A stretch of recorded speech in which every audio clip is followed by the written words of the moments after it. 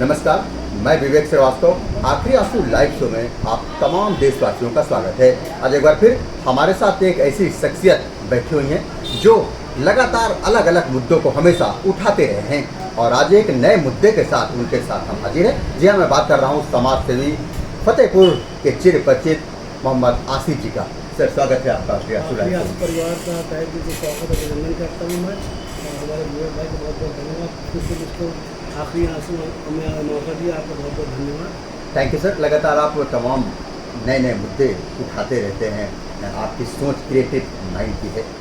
और इस तरह सर एक बहुत ज्वलनशील मुद्दा ये चल रहा है कि तमाम लोग अपने बच्चों को अच्छे स्कूलों में पढ़ाना तो चाहते हैं, लेकिन भारी भरकम जब उनके सामने बैग, कापी, किताब, फीस आती है तो वो फिसल जाते हैं और अच्छी शिक्षा नहीं दे पाते। हालांकि सरकार इस ओर तमाम ध्यान देने का प्रयास कर रही है, तमाम सरकारी स्कूलों को भी अच्छे तरीके से चलाने का भी प्रयास कर रही है, लेकिन जो सरकार चाह रही है वो पूर्ति हो नहीं पा रही है। आप इस मुद्दे पर क्या कहेंगे? किस प्रकार से सरकार काम करे ताकि तमाम आने वाली पीढ़ियों को, तमाम आने वाले बच्चों को एक अच्छी शिक्षा मिल सके और वो अपना कैरियर बना सके?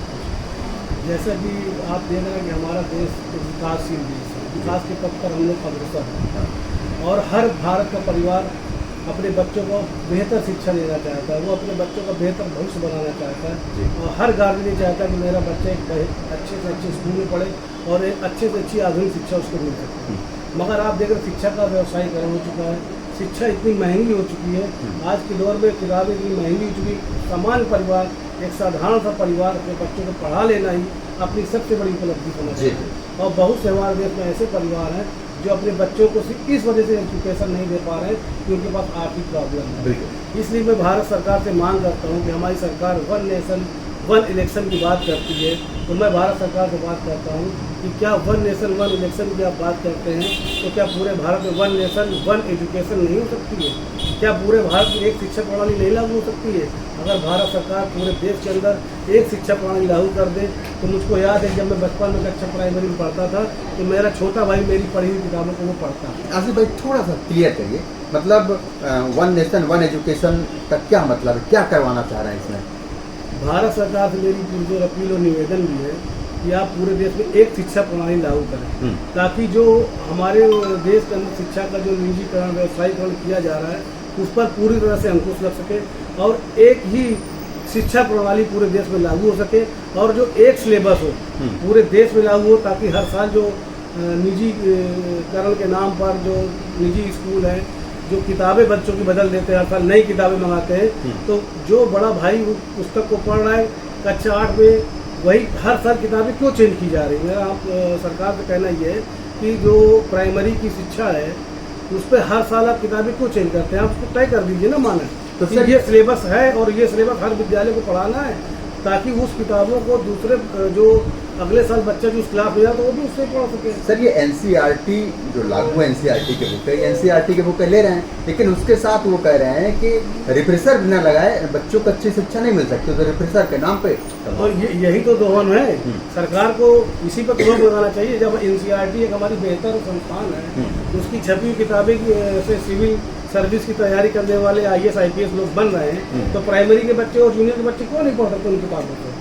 मेरा सीधा सीधा प्रश्न ये है सरकार से। लेकिन सर ये क्या करते हैं कि इनका ये कहना है कि सरकार मानक तय कर दे, उस हिसाब से हम काम करें। एनसीईआरटी को सरकार ने तय किया, एनसीईआरटी की किताबें हम चला रहे हैं, लेकिन बच्चे को अच्छी शिक्षा देने के लिए अगर वो प्राइवेट बुकों को भी लगा रहे हैं रिफ्रेशर के माध्यम से, तो अगले वर्ष फिर वो उनके जो लेखक है उनको चेंज करके नई किताबें आ जाती हैं, जिससे जो उनका छोटा भाई वो ले ही नहीं पाता। सर यही तो समझने की जरूरत है, यही पर तो दोहन है।